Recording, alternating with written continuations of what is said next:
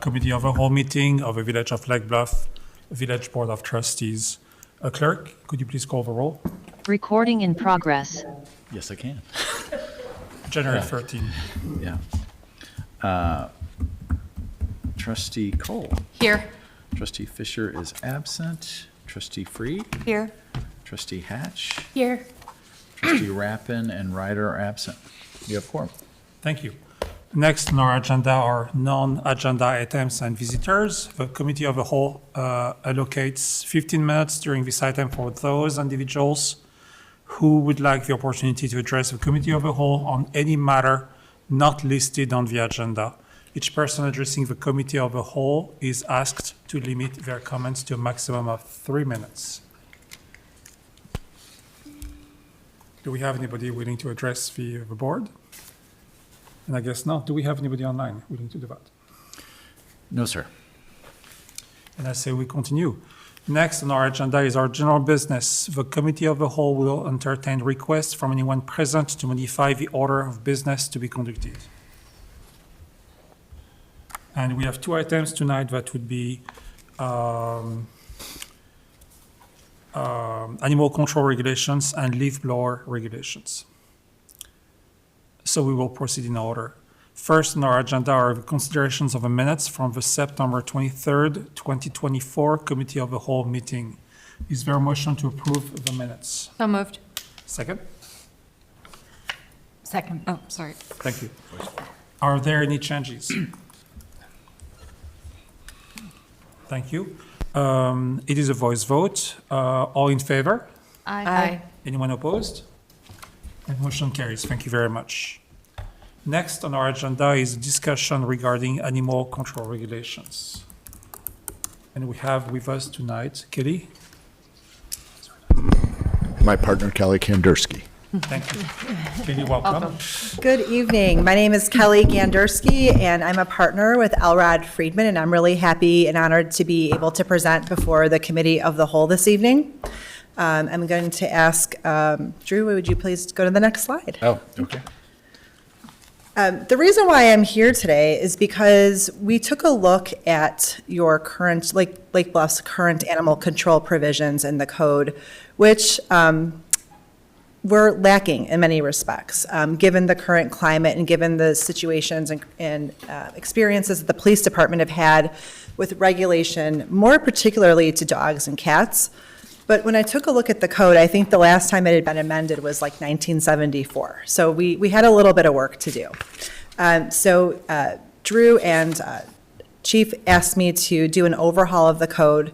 And you might be asking, well, why didn't Peter do this? Why am I doing this? Well, So I'm going to interrupt you because Drew and I were on the phone and Drew said, we've got to update these. Do you have anybody that has any experience with regard to animal regulations? And I said, yes. And then I began to tell him about Kelly's history, which she's now going to explain to you. So I am an attorney by trade, but I used to work for the City of Chicago's Law Department. And around 2018, there was a need for me to go over to the Department of Animal Care and Control because there were many regulatory issues that were happening at that time. So I became the executive director under Rahm Emanuel and then later under Lori Lightfoot. And the Department of Animal Care and Control is obviously very extensive. The City of Chicago is a very large city, and there are a lot of animal control issues, both domestic animals and wild animals, as we'll see in a second. But my duties really were to manage a 55,000 square foot facility that housed all kinds of animals, mostly dogs and cats, but had capacity up to 600 animals. And at all given times, we had about 600 animals on the premises per day. It also had a fully functional medical facility, as well as animal control officers and dispatch, union and non-union employees, and over 300 volunteers, all of which I was in charge of. Additionally, for issues that occurred outside of the facility, we were charged with protecting the public safety and ensuring that animal regulations were enforced. We could not turn any animal away. Any animal that was turned into the facility had to be taken into the facility, so we partnered with hundreds of agencies, rescue partners, in order to facilitate rescue of all of these animals. So, Drew, next slide. So what you don't expect to have happen, and which I hope never happens in Lake Bluff, is sometimes you get people that take non-domestic animals and house them until they get too big, like Chance the Snapper here. So in 2019, We have one of these. We found one of them in the lake. yes. And every now and again, you'll hear a story. So in 2019, Chance the Snapper became all the rage in the city of Chicago when he was dumped in Humboldt Park's lagoon. We had no idea how big he was. We had no idea the length or the size. All we knew is that there was an alligator swimming in the lagoon, and we had to capture him. So, Drew, if you could hit the next slide, please. So as a result, this garnered worldwide attention because it happened in the summer of 2019, and I guess it was a slow news cycle. But once we captured him, we had an international press conference, international, domestic, all kinds of cameras were really interested in this alligator. Turns out he wasn't that big. He was about 4 feet long. But, you know, at the time you don't know that, and I know we all remember the tragic story that occurred at Walt Disney where a child was too close to the lagoon and an alligator came up and got him. So these are the issues that happen in the city. This is another issue that happened. Coyotes are normally afraid of humans. They're more afraid of you than you are of them. This coyote got a little too domesticated. He was injured, he was hungry, and he ended up mauling a child. So we were able to capture him. He is now living his best life out at Flint Creek Medical, and the child has recovered, but it was a very traumatic incident as well. Next slide. And this was the press conference I held with the Cook County's Animal Control Director to discuss why the public should not be terrified of coyotes. Again, they're more afraid of you than you are of them. This was a strange exception. But these are all issues that could happen in your municipality. Roosters. We got a report that there was a cockfighting ring that occurred on the south side of the city. When animal control inspectors showed up, there were 80 roosters that were geared for fighting. Now, ordinarily, you would euthanize all of them because they're too dangerous to be kept in with other chickens and other roosters. However, we ended up housing all of them, and then we had a bird rescue come in and rehabilitate each and every one of the 80-plus roosters. So that was a good success story for us as well. And then you have your everyday dogs and cats. On the right is my foster dog, Rowan. Rowan is now... He's an aid animal in a classroom for special needs children because Rowan was terribly abused. He ended up in animal care and control because someone had fractured his skull. So I took him in as a foster. We rehabilitated him, and he's the sweetest dog ever. And then, of course, there are always cats available for adoption. One of the largest issues, and we're going to talk about this, where Lake Bluff's code section was lacking, is what to do about really dangerous animals. And for this capacity, we're mostly talking about dogs. Cats can do some damage, but it's typically minimal. The biggest issue that municipalities face are dog bites, and we're going to talk about that. So what we did was we took a look at Chapter 9, Articles A, B, and C of Title 5 of Lake Bluff's code, and we asked ourselves, what do we need to do here? Why should we pass a comprehensive amendment to the code? Well, the first reason is to provide better options for our law enforcement. Chief and his team are the ones that are answering these calls, and they need tools in their toolbox, effective tools and fair tools in order to assess the situation and ensure good outcomes both for humans and for animals. We want to keep our community members safer. We want to ensure that we have good policies and good laws on the books to ensure that both animals and our community is safe.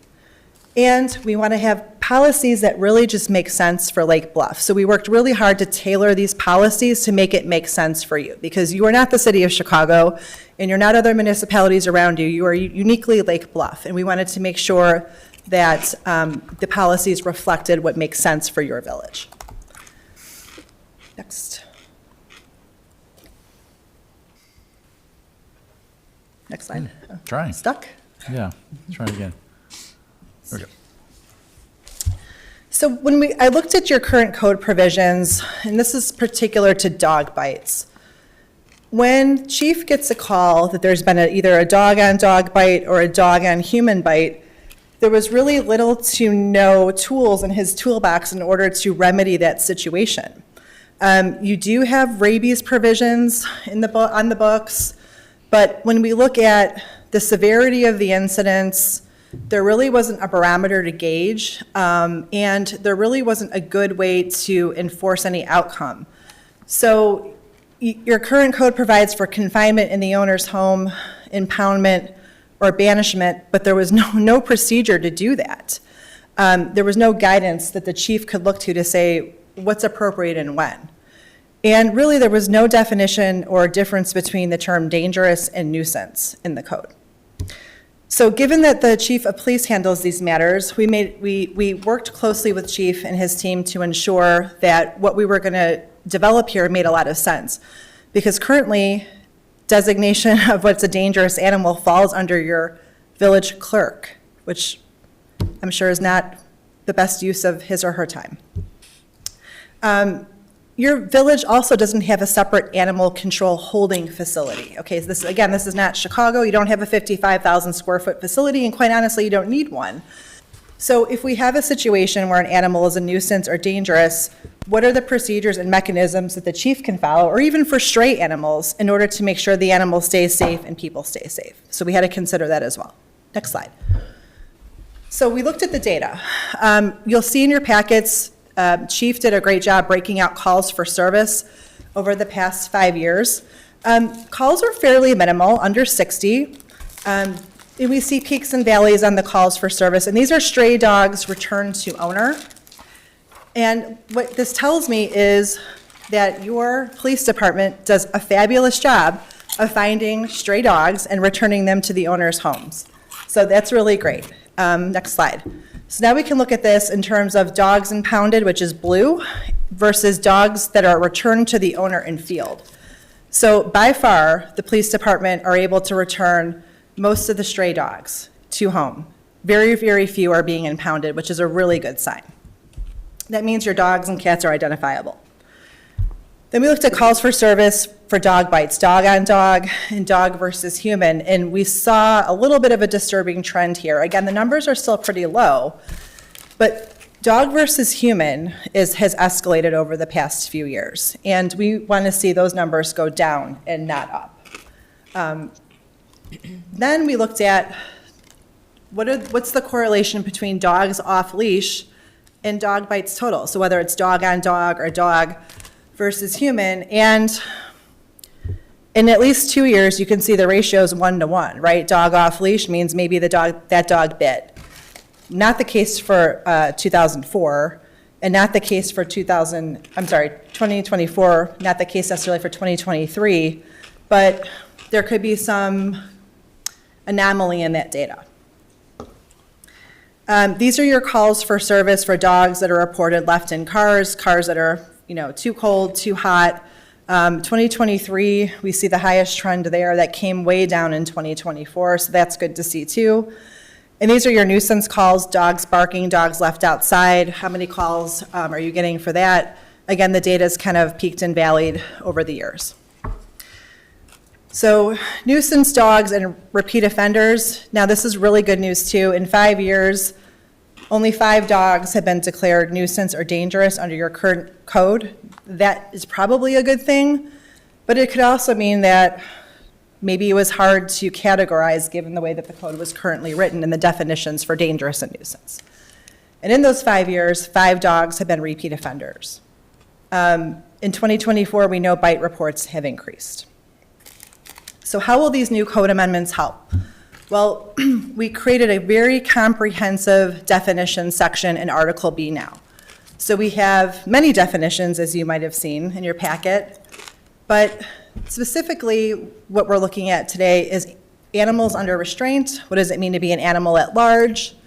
What does bite mean? And what is a dangerous animal? And we included a definition that states provocation, because what we wanted to exclude, obviously if your dog is protecting its home and it's inside its home and a burglar comes in, well, that's provocation if your dog bites, right? Your dog is protecting the home. But if your dog is unprovoked and just goes and attacks someone, that's considered a dangerous animal, and that's considered dangerous under the state statutes as well. Rabies, we consolidated the rabies section in Articles A and B and C. We had rabies definitions all over the place. We cleaned this up. Lake Bluff used to register dogs and cats in the village for rabies. Now the county has taken that over. So we amended the code to provide for that. We also included the state mandatory provisions for what I call the 1 in 10 or 10-day hold. So if your dog or cat has been inoculated and is current on their rabies shots and they bite, okay, then you have to do what's called the 1 in 10. You bring your dog or cat to the vet on the first day immediately following. The vet observes the dog or cat. Dog or cat comes home with you, stays home for 10 days, goes back to the vet on the 10th day. The vet then signs off saying this dog or cat does not have rabies. That protects the human from having to go get all of those nasty shots at the hospital if they're inoculated. If the dog or cat is not inoculated, then it's a mandatory 10-day hold at a veterinarian facility where that veterinarian can observe each and every day the behavior of that animal. Now, I will tell you, rabies in dogs and cats is extremely rare. Mostly you see it in bats. You don't normally see it in dogs and cats anymore. The new rabies provision provides owners responsibilities for reporting and confining their own animal who has bitten. So what we want is, if your dog or cat has bitten another person, we want you to come forward and self-report that. Take them to the vet. Be proactive about that. And we kept an older provision in the code allowing for a proclamation should there be a rabies outbreak village-wide. We would never expect that to happen, but we kept that in there. Next slide. All right, at-large, unrestrained, and stray. This begins at the new section 5-9B-7. It allows flexible policies regarding leashes. Now, I understand that owners in Lake Bluff, a lot of these dogs have obedience and recall training, and a lot of owners like to let their dogs walk loose or walk next to them on the sidewalk or on the public way. So we created a flexible policy saying your dog is not at large or necessarily unrestrained if it responds to obedience and recall training. They may be off leash as long as they have that ability to be recalled. Cats may be outside too as long as they have a collar and a bell. We want them to wear the bell so that they don't come up on the birds and surprise the birds and eat all the birds. Obviously, dogs and cats in heat will need extra restraint. That's for their own protection and for their humans' protection. And this new flexible policy allows and provides that the police department may return animals, stray animals, in the field to their owners. So that allows the police department to have that flexibility. Which is memorializing a past practice. Exactly. Like, what does that mean? So it means if there's a stray dog and the dog has identifiable collar and tags, that means Chief can pick up that dog right now outside and say, oh, you belong to 123 Main Street, and he can go deliver that dog home immediately. He doesn't have to impound that dog, okay?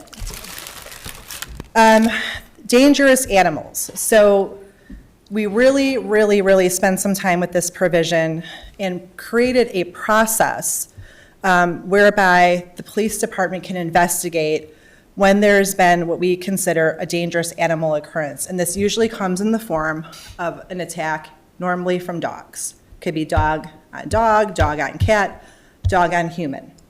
And as we saw the data, there's been an increase in dog bites lately, so we want there to be an investigatory process. So the process is very detailed and it outlines provisions for the police department to talk to witnesses, to try to get a better picture and understand what happened in the scenario, as well as create a report. Euthanasia is required under this new section if an animal causes death to another person. It may be ordered if the animal causes severe injury to another person or another animal. So this would be a very violent attack. But aside from euthanasia, it provides very other viable options that can be given to the owners in order to keep their dog, mostly dog, safe and at home. We can flip to the next. So what are the other options available? Under the new code section 5-9B-9C 1 through 8 or D1 and 2, these are all the options. These are all the tools now that Chief and his team have in their toolbox in order to, if they have to declare a dog dangerous, to allow the owner to keep their dog, but also allow the public to remain safe. So this could be, they could be required to confine their dog in the home or an enclosure in the yard with a fence.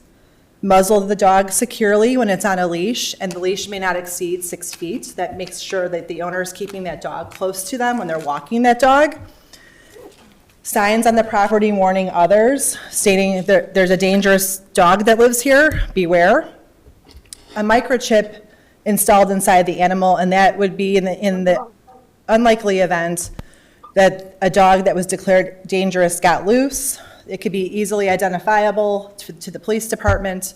And also, these are for dogs that might have been declared elsewhere that are coming into the village. A mandatory sterilization, because we wouldn't want a dog that's dangerous procreating and creating other possibly ill-bred dogs. And we would want that owner to have a liability insurance policy of not less than $100,000. They could be required to take animal obedience courses, and then other provisions within that code. So the investigation, I think you went. The other provision that you currently have now, the dog could be banned from the village limits. And that's something that you have now, and we kept that in as well as an option. Next slide. All right. So what is the procedure for declaring a dangerous, I'm going to say dangerous dog, because that's what you see 9.5 times out of 10. The chief or his designee will provide the written declaration to the owner. Notice is served when mailed. The owner would then have 10 days to appeal that decision if the owner disagreed and said, I don't believe that my dog's dangerous. I think this is a one-off incident, and I think my dog was provoked. So there's an appeal process for that. Now, the question that we have for the committee of the whole, and eventually the board, is what should that appeal process look like? Should that appeal process come before the village board, or should it come before the village administrator? We can discuss the pros and cons of that. Regardless of the appeal, so even if the owner appeals the chief's order still stands until there's a final determination on that appeal. So we're going to allow the process to move forward, but we're going to say those orders that the chief gave, whether it's confinement or enclosure or keeping that dog on a muzzle and on a 6-foot leash, that's going to have to be followed until this appeal process takes place. And then after the determination of the appeal, there may be further action taken in the circuit court. If an animal is impounded, chief currently partners with other animal control facilities, veterinarian offices, and foster homes to take care of these stray animals until they can be identified. Under the new provisions, animals with identifying tags will be held up to 7 days, and the owner will get notice to come pick them up and be provided notice on where to pick them up. Animals that are unidentified will be held for 3 days, but cats of unknown ownership may be immediately transferred to a rescue organization. And the reason for that is sometimes you have cats that kind neighbors pick up and they say this cat looks lost and has no identifying information, and that's because it's just a stray cat that never really had a home to begin with. We now have a section under 5-9B-28 for fees for redeeming.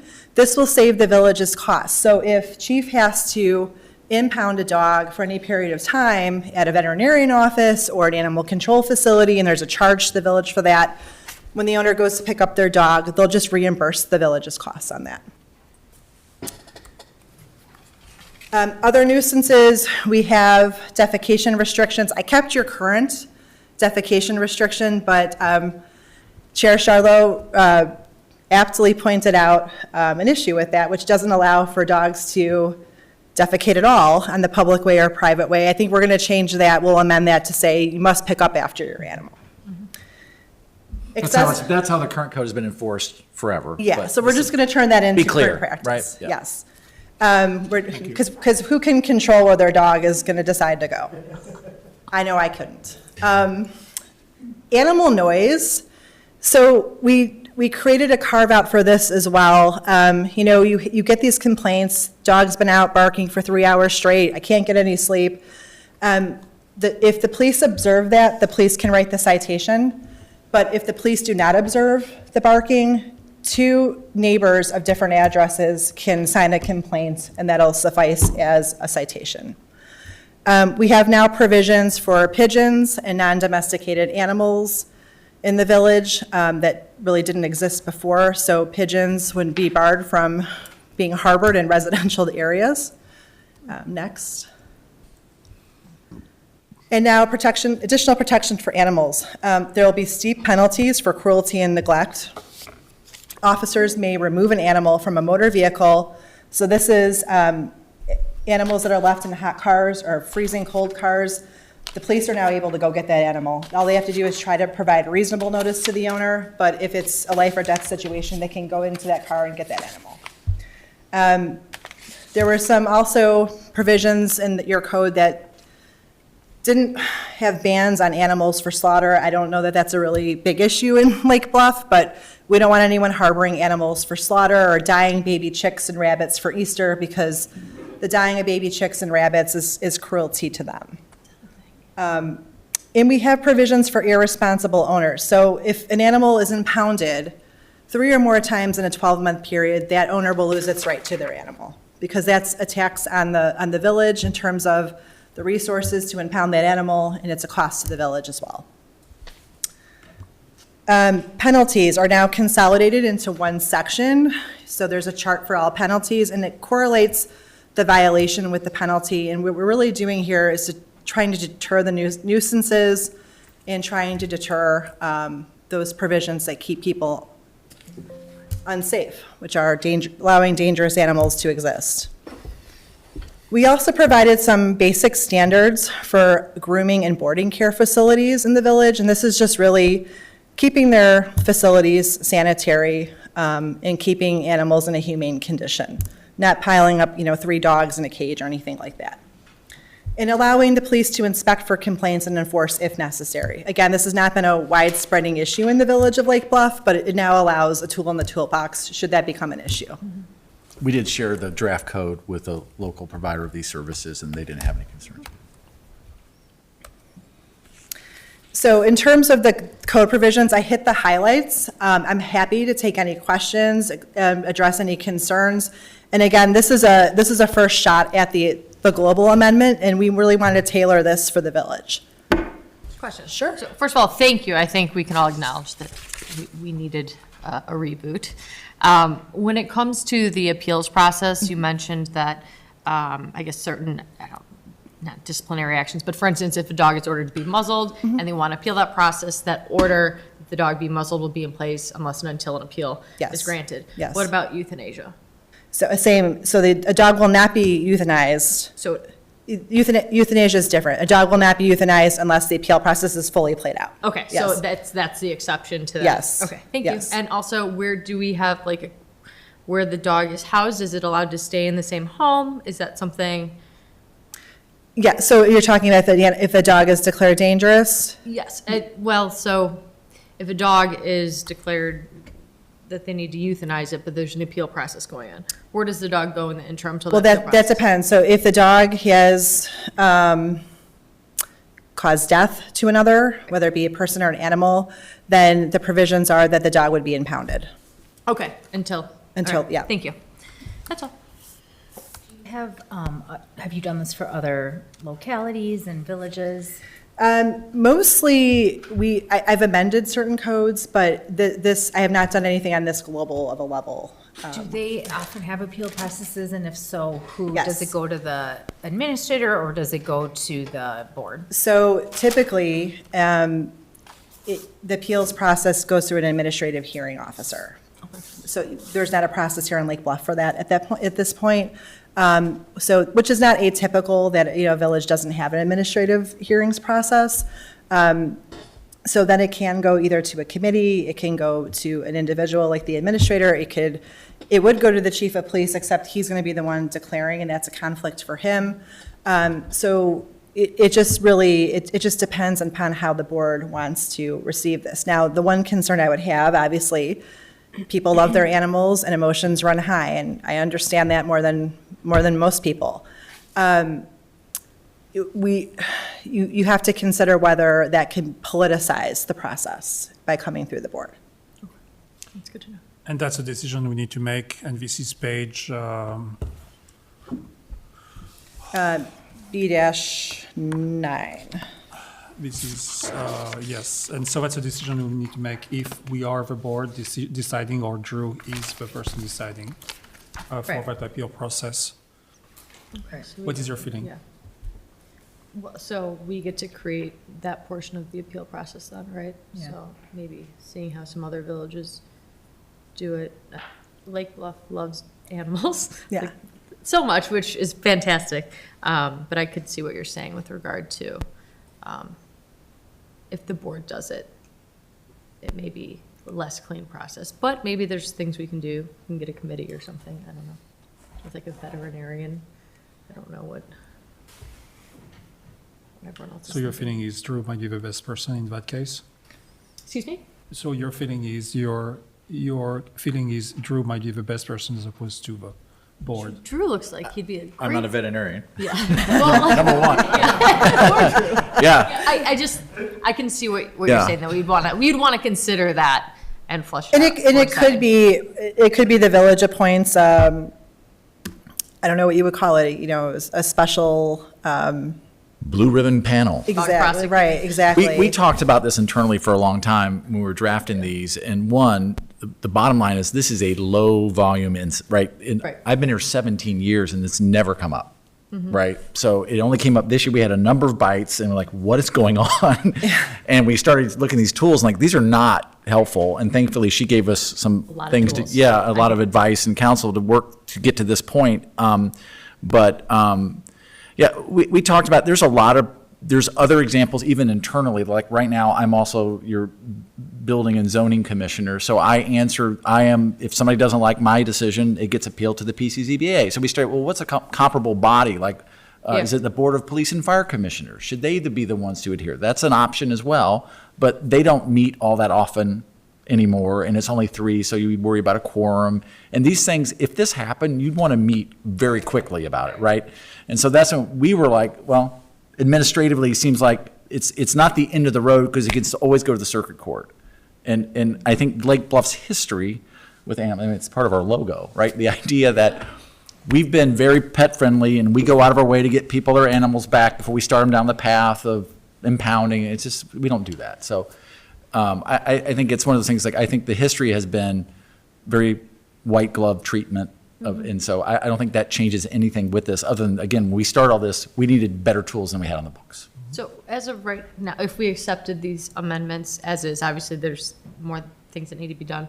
So the clerk would not be, right? Because right now, the clerk is the one who has to make the call, right? That was one of those things, if, right now, rough. the code is written in a way that if the police chief wasn't doing enough or doing too much, then the clerk can be involved, which was, it was like, where did this come, right? That was bizarre, because like, there's no other than managing documents per statute, there's really not a role for the village clerk and other, but we're like, where did this come from? Because we started reading the letter of the Right. code, Look like, at what it, is this yeah. all about? So it just didn't seem practical, so. We have an example. Oh, and the village president too would be involved if they thought the police chief was not doing enough to manage a nuisance animal or dangerous animal. We have an example in our code about a board that would convene if there's an issue, and this is for elections. Now, remember an election, an issue. Which is this board. No, actually, 3 people. Oh, of the village clerk, The village president and yourself. yeah. For if there's a difference on elections or timing of elections or timing of applicants for elections. It could be another Dual possibility. purpose board. And animal control. I guess we can discuss, I don't know. Is that a decision we need to make now? It would be helpful to, I mean, we can, there's other issues on the agenda tonight, and unfortunately, we got a late start. But if there's other things that are hot buttons that you've heard, it'd be good to hear that now. We can bring it back to another committee of the whole meeting, if you'd like. Or we can just bring it to the village board, because it's, it's 2 readings, and there's not many, I don't think many, I I'm didn't hear. inclined to have Drew do it, or the village administrator, not Drew forever, but, Thank you, question mark? but in general, I'd rather it not go to the board. I think that's a lot of, for expediency purposes and everything that was already enumerated here. And when you can go to the circuit court anyway, I think that's a pretty big backstop. The only time I think it would maybe be better to have more than one person is if it was for euthanasia, just because it's a lot on Drew, but like you said, there's already an appeal process for that through the circuit court, so maybe not. Yeah. I think I agree. What about you? And I'll say that the way the code was written, there's a lot more mays than shalls. There's only like when death is the only shall. Yeah, death The rest is are mays. required. The rest So are that's, mays. it's not very, Right. sorry. Shanna, what do you think? Just thinking about other public safety issues and how they are decided. Is it mostly through you, Drew? It's mostly through the chief or the fire chief, public safety So issues. Yeah. if I could just elaborate how this process would look, really if it were Drew, all he would be doing is looking to see if the chief completed the process in the correct way and that the evidence supported the finding. It would not be for Drew to go out and investigate and try to gather up information. He would look to make sure the reports were sufficient, the witnesses had been interviewed, and then there would be, a due process hearing for the owner of the animal to present evidence and witnesses before him to determine whether or not the findings should be upheld. And this is basically correcting the issue that we ran in before with no appeals process. So it's Yeah, you had no definitely a step in process. the right direction It was just rough. in redo process. Okay. Then I'd be supportive of keeping it with the administrator. Okay. So it sounds like this is a decision we have, a consensus. Great. I had a few questions for you, and I was told those are actually remnants from the previous code, the 1974 code. Yes. Section 59A-3B, that is chicken, where we cannot have chicken less than 200 feet from dwellings. I would Fine. love that to be addressed where, because we have as part of our code, the ability to have people to have chicken and bees, so I really want that to be concordant with different parts of our code. If that could be addressed at a later date, literally. Yes, and we had talked about that. That'll have to fall under the zoning provisions, probably. And that was, it was the first thing listed for things for you guys to talk about. Yeah. It is Okay. not uncommon when you start restricting uses, then you're in the zoning code. And so that's a different zoning process, I mean, in terms of code amendment process, right? And then that goes to the PCZBA for public hearing. So we just wanted to bring that, if you're okay with these in general, and obviously we don't want to conflict with our other Right. chicken and bees provisions, we'll get you on a path for that. There's a last thing I want to address, that is the pigeon thing, Yes. because it was left to our decision, consensus, to accept or not pigeons in Lake Bluff. Can you talk a little bit more about that, Kitty, please? Sure, let me get to that section, just so we're all on the same page. And that is, excuse me one second. I'm sorry? Thank you. Yeah, so that's 5-9, B-24. It should be page 24 in the ordinance I printed off for you. So this creates a provision to, it would be unlawful for any person to possess pigeons within the village and to construct a coop or a cote that may be used for storage of the pigeons in any residential district in the village. Right now, there were no provisions regarding pigeons. It is a trend that I have seen where people are collecting pigeons, and obviously that can be a health issue. So again, this is completely gratuitously thrown in there as something for the board to consider. If you don't think it's an issue for Lake Bluff, we can remove that, or we can tighten it up. Okay. I mean, this is, as I read it, it was an option. So It's an option. I would love some consensus on this board. I understand this is not an issue today. It could become an issue. Could be. What is our option? Can we put that later on, or because it's not an issue today, so can we leave it out? Yeah. Or should we prepare for a future if ever that occurs? I don't think I know enough about pigeons right now to make a decision. I don't know. So Have the we point- had this issue come up, chief? No, Have you ever had any pigeon issues? Or Drew, sorry. it has not come up. I mean, we have them under the underpass, right? That's where they are. Little town. I would like to plan for the future. I like to Pigeon be more camp. proactive than reactive. Okay, So that's my thought on the pigeons. so proactive versus reactive. Whether or not that's, yeah, I guess. And I think what that would allow is if somebody ever came forward and they said, hey, I want to do this, and this is how I would do it, and then you can say, consider a code amendment around that. Right. Okay? What do you guys think? I think that's fine. So we leave it in, we keep it on, and we amend the code as we need it later on. Okay? Yep. I'm fine with that. That's a consensus. Okay, so let's move on, move forward with that. Great. Thank you. Anything else? I think that's it. Thank you. Thank I- you so much. Thank you so much for giving me the opportunity to present before you all. Thank you. Thank you. Thank you. Kelly. Thank you. That'll be on village board agenda, right? That's next, okay. Yeah. So, yeah, ideally, we'll finish those tweaks to that, and we'll bring that at the next meeting, so 2 weeks from tonight. First reading. Next on our agenda is a discussion regarding leaf blower regulations. So I understand that the majority of people here tonight are to talk about this subject, and we started late, so we'll push the 7 p.m.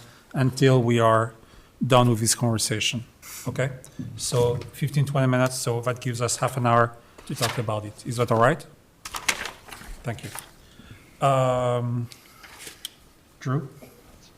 So at a recent sustainability meeting, committee meeting, ad hoc committee meeting, they had a conversation at the request of you all to revisit the seasonal ban implemented by the village a couple years ago on gas-powered leaf blowers. They had a conversation and recommend that the village take the next, or actually go to a complete ban on gas-powered leaf blowers year-round.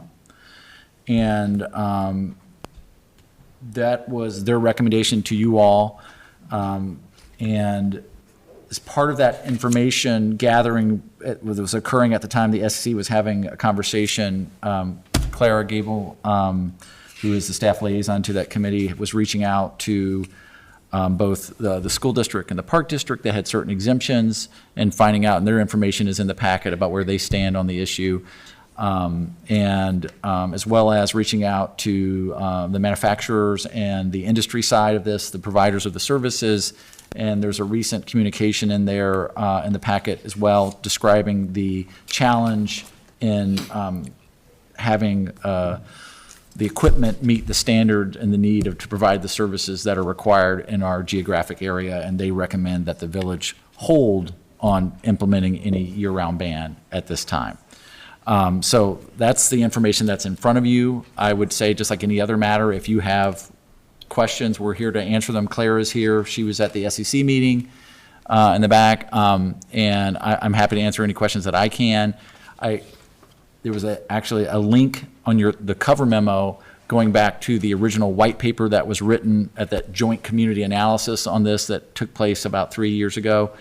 That white paper produced a continuum of choices for communities to take. There are actually a couple intervening steps, if you will, in between where we are today with the seasonal ban and getting to a full ban, but they have a lot of the same effect. And I think one of the things that we've talked about and what we've learned about with another recent zoning petition about noise analysis, it would have been nice to have a noise analysis before, like a baseline of what the sound is in the community before we implemented the change, and then after. But certainly, and it's unarguable that it is less quiet when the ban is, that is no doubt. And so, but we can't put any sort of metric to that, or the change in air quality. So unfortunately, we don't have those data points, but I don't think anybody's going to argue that it's quieter or that the air is cleaner. So that's all there is. I'm certainly happy to answer any questions. Yes, so I spent quite some time reading through the paperwork another time because it's important. There's new information coming about, or there's a lot of communications that has occurred on this subject in the last year, 2 years. Page 12, that is the Scott Graham email to Clara, is important because it actually describes that technology hasn't changed for the past 2 years. Magic batteries that last 8 hours are not there yet. From Lisa Leoli, our superintendent, a fresh battery will last 16 minutes for cleaning up schoolyards. So we're not there from a technology standpoint. Now, from a resident feedback, we have had many people coming to us and saying, we love it, we want to keep it. So we know that we have made progress. What we have in front of us is the SEC telling us, no, we want a full ban. So the question to the board is, where do we want to be? Okay? Is that, are we going to have more months without gas leaf blowers? Are we going to have a full ban? Are we going to stay where we are today because technology doesn't support it? That is really the question I would like to address from a consensus standpoint. What do you guys think? For me, I'm comfortable with where we are now. I think that I understand the environmental impact behind it. I just think technology is not there. Can you speak to the microphone? Technology is not there yet. When it is, I'm willing to move forward, but at this point, I'm comfortable with where we're at. I concur Guys, with. excuse me, we have a conversation going on. Can you please keep your voice down? Thank you.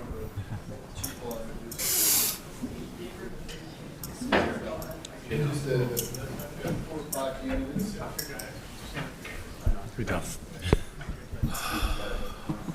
Who's that gap? We're popular today.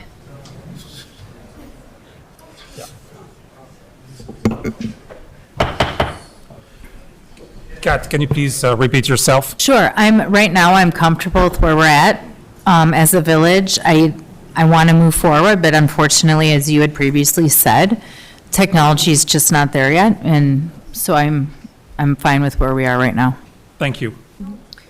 I concur with trustee Hatch. I think it's something we can revisit when maybe we've made more adjustments with our technology. But as of right now, I don't think making that leap makes much sense. Thank you, Mary. Shayna?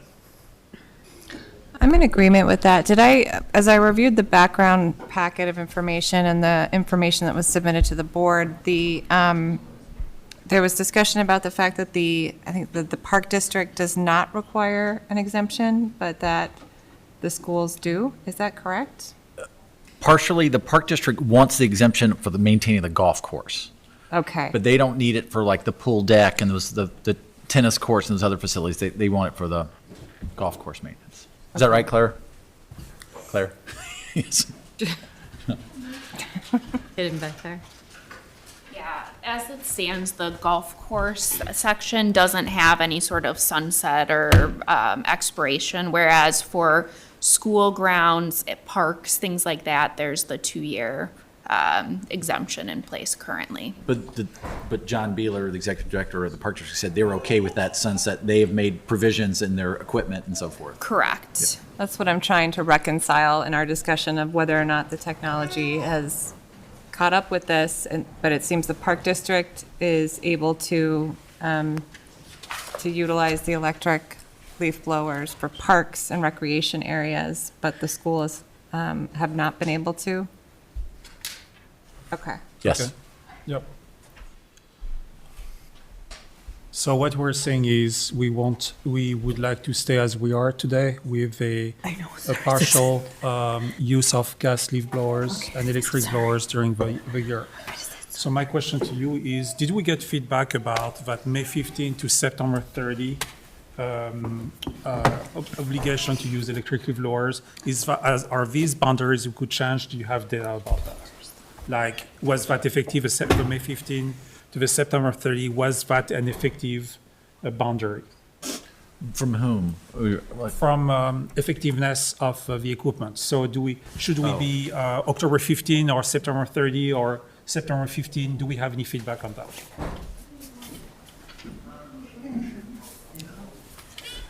Claire, I don't know if you've had any different feedback. I would think generally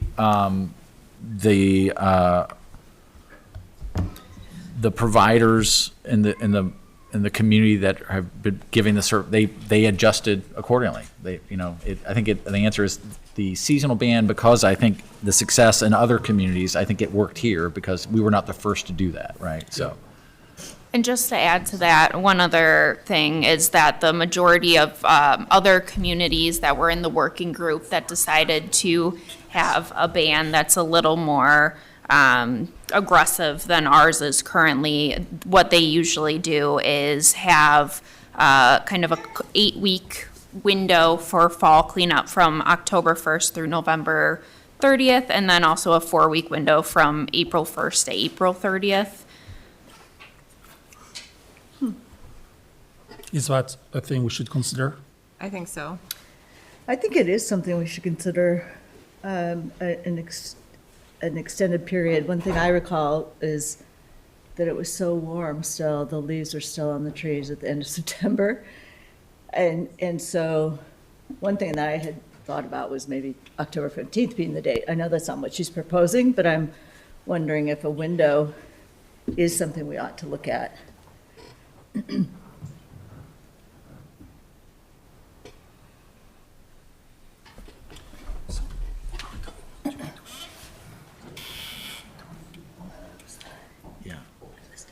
So before I say something stupid and that I do that, we're talking about 2 windows, one in the spring and one in Yeah, the fall, right. as opposed to a block of during the summer. Understand. I guess I was making 2 points. One, an 8-week window in the fall and a 4-week window in the spring makes some sense to me to consider if other communities are having success. And that's taking the next step on the continuum, not a complete ban. Right. Yes. And the other point I was making, which is related but not the same, is that September 30 was really warm. I looked around and thought, these leaves aren't going to be down for another 20 or 30 days. It was, I don't know, just my Is that, observation. so changing the way we effectuate our ban would be where we provide 2 windows during the year for when you can use a gas leaf blower. This is what we're talking about. Is that more favorable on the board? I'm still okay with where we are right now. Okay. I'm open to that idea if it's more effective. I just don't know if we have enough information in front of us right now to figure out what that timeline looks like. Okay.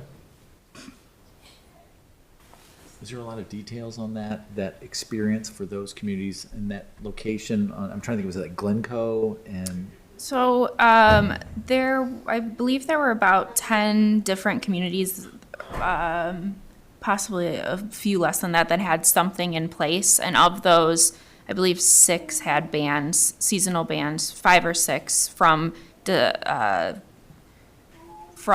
this is kind of saying it the opposite way, but their ban was from December through March and then May through September.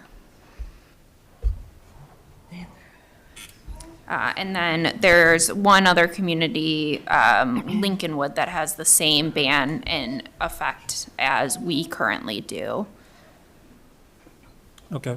So we can go back and talk to them and get some more data on those different windows that having, in terms of enforcement issues. And I think practically speaking, it'd be difficult to be dynamic. Like if we said we tagged it to the dropping of a ginkgo tree or, that could be difficult to enforce. You think? But I think other communities are doing it, and we haven't researched that heavily yet, so. So maybe this is a step in the continuum toward a full ban. That is, we can stay where we are today, or we can have 2 windows where we can use leaf blowers for 8 weeks and 4 weeks, as I heard. Can I please have your consensus on that to direct Drew if we should stay as we are today or going to the next continuum?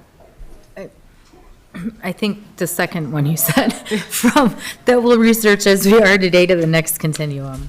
And do you want to keep that here with you all, or you want to send it back to the SEC to have them look at it and then come back with that? I feel like they've already opined Yeah. on a much more Yeah. aggressive approach, so I think maybe keeping it here Yeah. for one more round. All right, we'll do that. Okay. There's one more thing that we discussed, and this is the feedback we got from the community that was pretty aggressive coming to us.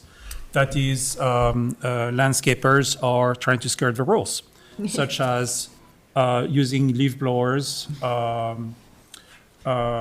gas leaf blowers when electric leaf blowers should be. And basically, we got these complaints to the police department, and landscapers were gone. Okay. And now I've had those conversations myself with people doing my driveway or people not being landscapers but trying to redo the driveway. When I said, no, you cannot use that equipment, people said, nobody cares. But we do care about that. And so the idea has been there in front of us a few times, we would require landscapers, there needs to be consequences. So we would require landscapers to register and being licensed to operate in Lake Bluff, and if they don't use the proper equipment, having a process to eventually leading to removing that license. How do you guys feel about that? And that's a conversation I had with Drew also, where Drew says, you know what, that would be useful to the village in many ways. What do you guys think? I don't know what I think yet, but registration, I don't know what I think yet about that. It's okay. We can bring that later. Okay. I agree that we probably should have a process for consequences so that it's, not a fake, requirement, but I don't know. I don't know if registration makes sense to me based on what we know right now. So maybe could we talk about it when we deal with the windows?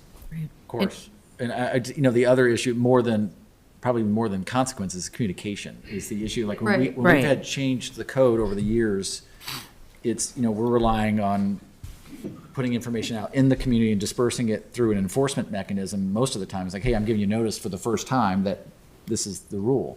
And we've borrowed lists from other communities that license and send out communications via mail, but it's not our community, and there's a lot of crossover, but not always, right? And that's one of the things that Evanston learned was that they did have a licensing process for landscapers, but they found out that there was twice as many landscapers operating without a license. Exactly, and then if the homeowner, I don't know, that seems So a bit ridiculous. from staff's perspective is in a changing regulatory environment, it helps to have a way to communicate with them what's going on and what's expected, and that's an easy way to do it. And we talked about internally how we would do that, and we have software and other things in place to make it as easy as it is to get a contractor's license. We have a process for that in place already. So from it's a low resource demand for us to implement that. And we, from a staff perspective, and again, it's a policy matter. Do you want to license landscapers or not? But if you want to, we have a procedure to do it. It would be a light lift. So. What is the feeling on the board? What do you guys think? Enforcement's different than regulation, and I think we can enforce it by either, when I opened up my car one night, I had a note in there, thank God, saying lock your door, and we can do that, right? And if they don't do it, then give them a ticket.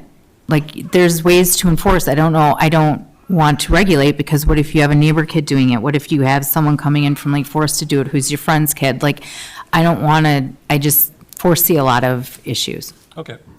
I don't sense on the board the need for a taste for having licensing. So I agree. So no consensus on that. Okay, so that's fine. So I think we have steps for you going forward. We'll bring it back with some more details on the next step on the continuum. Okay. May I ask a question? Having not been here for 98% of the conversation, I do agree that the SEC was quite clear about their recommendation. However, I wonder if it's worth sending back to them a discussion about what windows make sense, for example, and what kind of enforcement, absent licensing, would meet some of those requirements. Because I do think that those are two things that maybe they're hearing for the first time that we're interested in. And though I agree that they were quite clear about that, and this may run counter to that, I think getting their input on those two issues, my observation about when the last leaf drops, it would be useful. I agree. I second that. Yeah, third. Sure. All right. And if they want to come back and say, no, then we want to hear it, because you don't have everybody on the board. I mean, I think now that they've gotten some feedback from us, they could come back to us with some proposals that the board would be amenable to on those 2 points, possible windows and enforcement that would help. I'd be all ears. I hear you, and I think this makes full sense. So the two things we're asking for SEC with full consensus is windows and enforcement. Okay. Thank you. Referred back to the SEC. All right, thank you so much. And I believe we're done. We have public Oh, comment. I'm sorry. I'm really sorry. Let's open this conversation to public comment. If anybody wants to comment on these proceedings, please step to the board, please, to the lectern. Please state your name and address.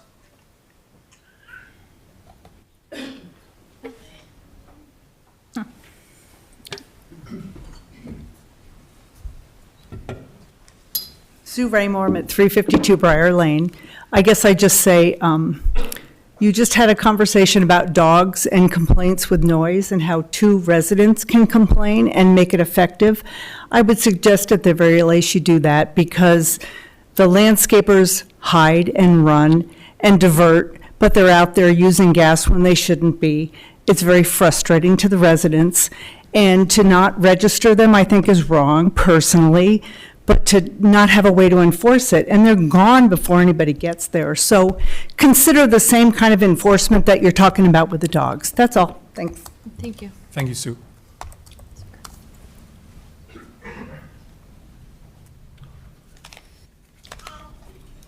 Any more comments?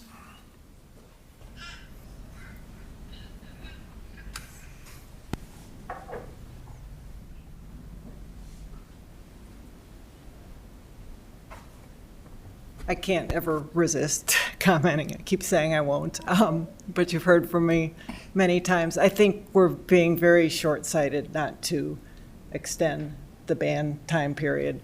I would love to see a full year ban. If not, it should be very short windows.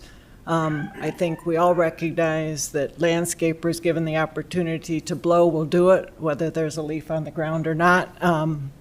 So starting October 1st, they were blowing, even though, as Susan said, the leaves weren't down until mid-November. So please, if you have to go to windows, make them very short, make them very well thought out, and consider the registration just so you can communicate with these landscapers. Even if it's only 50%, it'll get the message out sooner and hopefully make them compliant. Thanks. Thank you, Pam.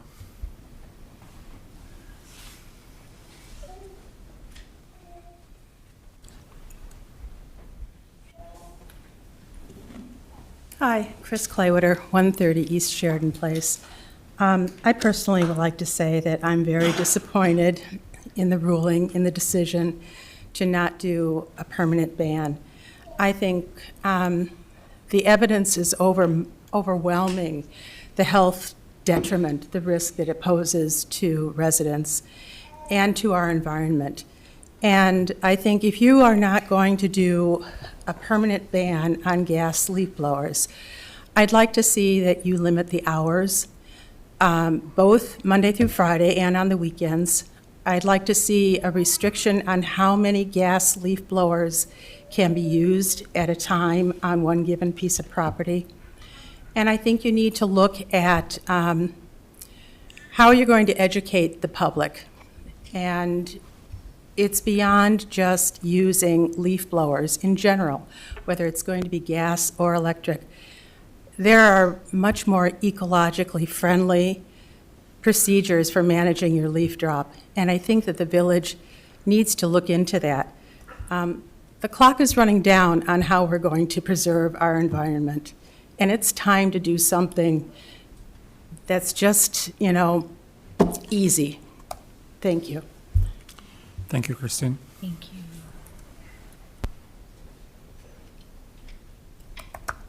Anybody else for a comment? Thank you. Any more comment on the board before I call for adjournment? Okay. Could I please have a motion to adjourn? So moved. Second. Thank you. All in favor? Aye. Aye. Anyone opposed? And we're adjourned. Thank you very much. Let's have 3 minutes before our next meeting, 7:15, we'll be back here. Thank you.